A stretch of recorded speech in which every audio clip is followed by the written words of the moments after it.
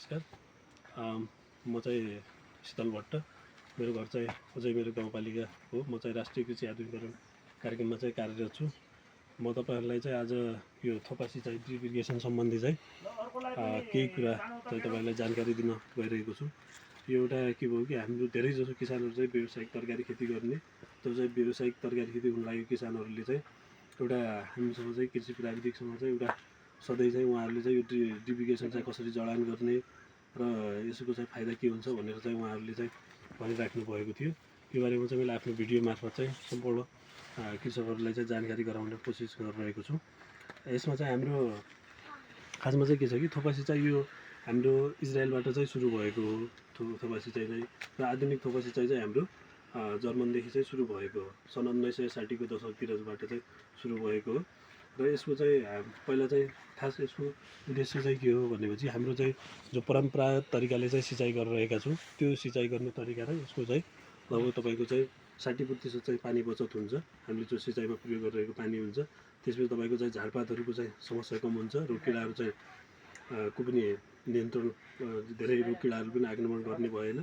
त्यसपछि चाहिँ माटो जो बगेर जाने हुन्छ, माटो पनि बगेर चाहिँ जाने समस्या चाहिँ कम हुन्छ। र त्यसबाट हामीले यसबाट चाहिँ बिरुवालाई जो पोषण तत्त्वहरू हुन्छ, सूक्ष्म खाद्य तत्त्वहरू चाहिँ तपाईँको चाहिँ मुख्य खाद्य तत्त्वहरू हुन्छन्, त्यो खाद्य तत्त्व पनि हामीले चाहिँ यो पानी ड्रमको माध्यमबाट चाहिँ घोलेर चाहिँ हामीले जडामा चाहिँ खाद्य तत्त्व दिन सक्छौँ होइन। त्यो चाहिँ विभिन्न किसिमको यसको चाहिँ फाइदाहरू रहेको छ। मेन भनेको चाहिँ हामीले यसले के गर्छ कि अर्को फाइदा चाहिँ यसको तपाईँको समान रूपमा चाहिँ पानी चाहिँ वितरण हुन्छ होइन। थोपा थोपा गरेर चाहिँ सबै तपाईँको बिरुवालाई चाहिँ आवश्यक मात्रामा चाहिँ हामीले सिँचाइ दिन सकिन्छ। यो चाहिँ यसको चाहिँ हाम्रो फाइदाहरू रह्यो भने त्यसपछि चाहिँ हामीले यसको चाहिँ चाहिँदाखेरि चाहिँ जडान गर्दाखेरि के चाहिँ सामग्रीहरू चाहिन्छ म यसको बारेमा चाहिँ तपाईँहरूलाई जानकारी दिन चाहन्छु। एउटा चाहिँ हामीलाई ड्रम चाहिन्छ। ड्रम चाहिँ तपाईँको चाहिँ आवश्यकता अनुसार हाम्रो पानीको स्रोत कति छ र हामीले चाहिँ कति लाइनको चाहिँ सिँचाइ गर्ने हो त्यो अनुसारको चाहिँ हामीले ड्रम चाहिँ राख्नुपर्ने हुन्छ। र त्यसपछि ड्रमको चाहिँ हाम्रो चाहिन्छ एउटा चाहिँ तपाईँको फिल्टर हुन्छ। यसको चाहिँ फिल्टर भित्रतिर लागिएको छ होइन। त्यसमा चाहिँ पानी भएको हुनाले हामीले चाहिँ अहिले देखाउन चाहिँ गाह्रो भयो। त्यसपछि चाहिँ हाम्रो यहाँनिर चाहिँ तपाईँको यहाँदेखि चाहिँ मेन लाइनहरू चाहिँ जान्छ होइन। यो चाहिँ 2वटा मेन लाइनहरू भयो। यो हामीले चाहिँ ठ्याक्कै के गरेका छौँ कि यो चाहिँ 5x10को पोली हाउस हो। 5x10को पोली हाउस भएको हुनाले तपाईँको हामीले ठ्याक्कै 20 सेन्टरमा यो चाहिँ 22 मिटरको उसमा चाहिँ हामीले राखेका छौँ। यो अन्तर्गत चाहिँ यहाँ चाहिँ तपाईँको चाहिँ यो 2वटा मेन लाइनहरू भयो होइन। एउटा मेन लाइन चाहिँ यतापट्टि जान्छ भनेपछि अर्को मेन लाइन चाहिँ यतापट्टि जान्छ। दुइटैमा चाहिँ हाम्रो बल्ब राखिएको छ होइन। र यो चाहिँ सब तपाईँको कम्पनी अनुसार चाहिँ फरक फरक किसिमको चाहिँ थोपा सिँचाइ चाहिँ बनाएको हुन्छ।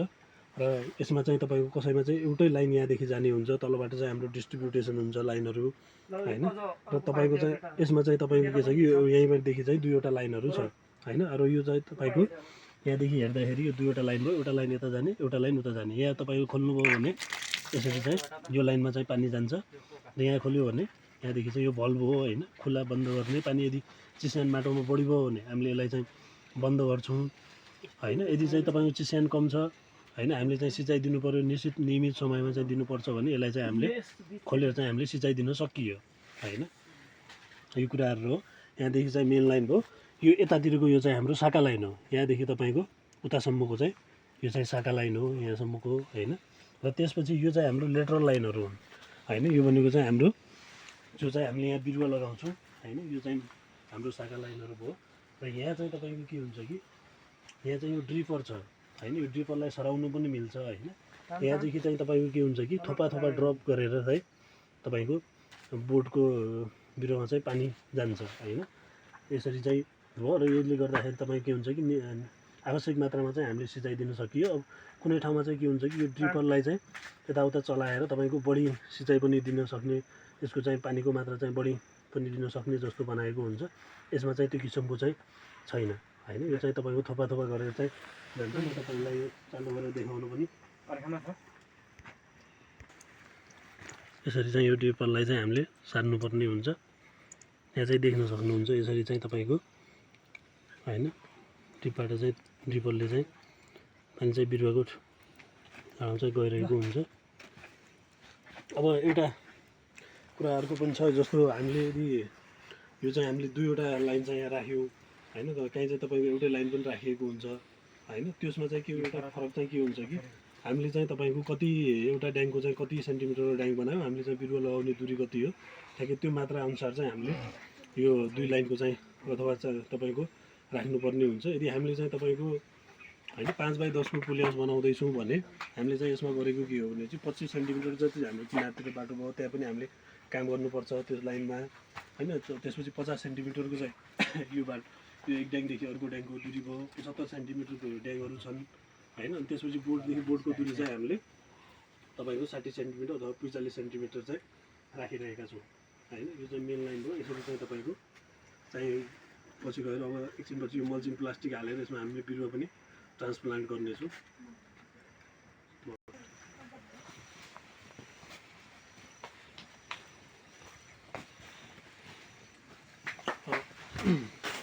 यो त्यसपछि चाहिँ हामीले केही सावधानीहरू पनि चाहिँ अपनाउनु पर्ने हुन्छ होइन।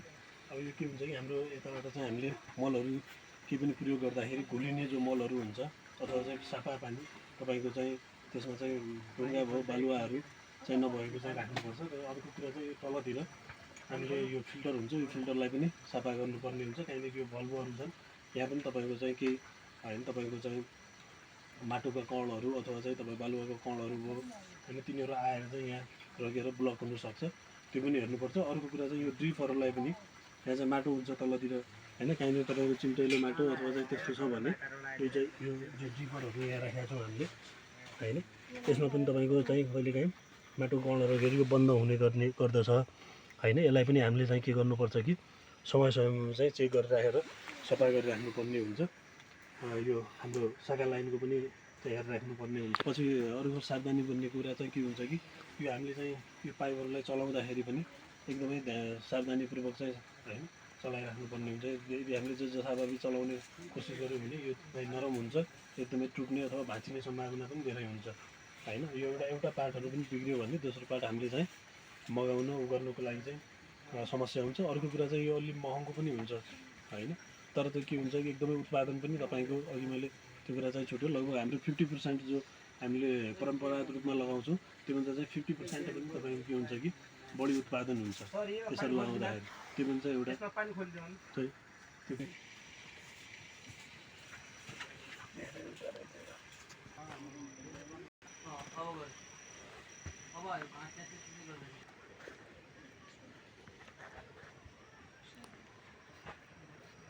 सुरुमा चाहिँ हामीले त्यो जडान त गरिसकेपछि त्यसपछि चाहिँ हामीले यो लेटर लाइनहरू चाहिँ बिछाउनु पर्ने हुन्छ। त्यसपछि चाहिँ हामीले तपाईँको मल्चिङ प्लास्टिकको सहायताले यसलाई चाहिँ ढाकेर त्यसपछि जो जहाँनिर चाहिँ ठ्याक्कै ड्रप पर्छ त्यहाँनिर चाहिँ हामीले पाल पारेर बिरुवा चाहिँ ट्रान्सप्लान्टिङ गरिन्छ।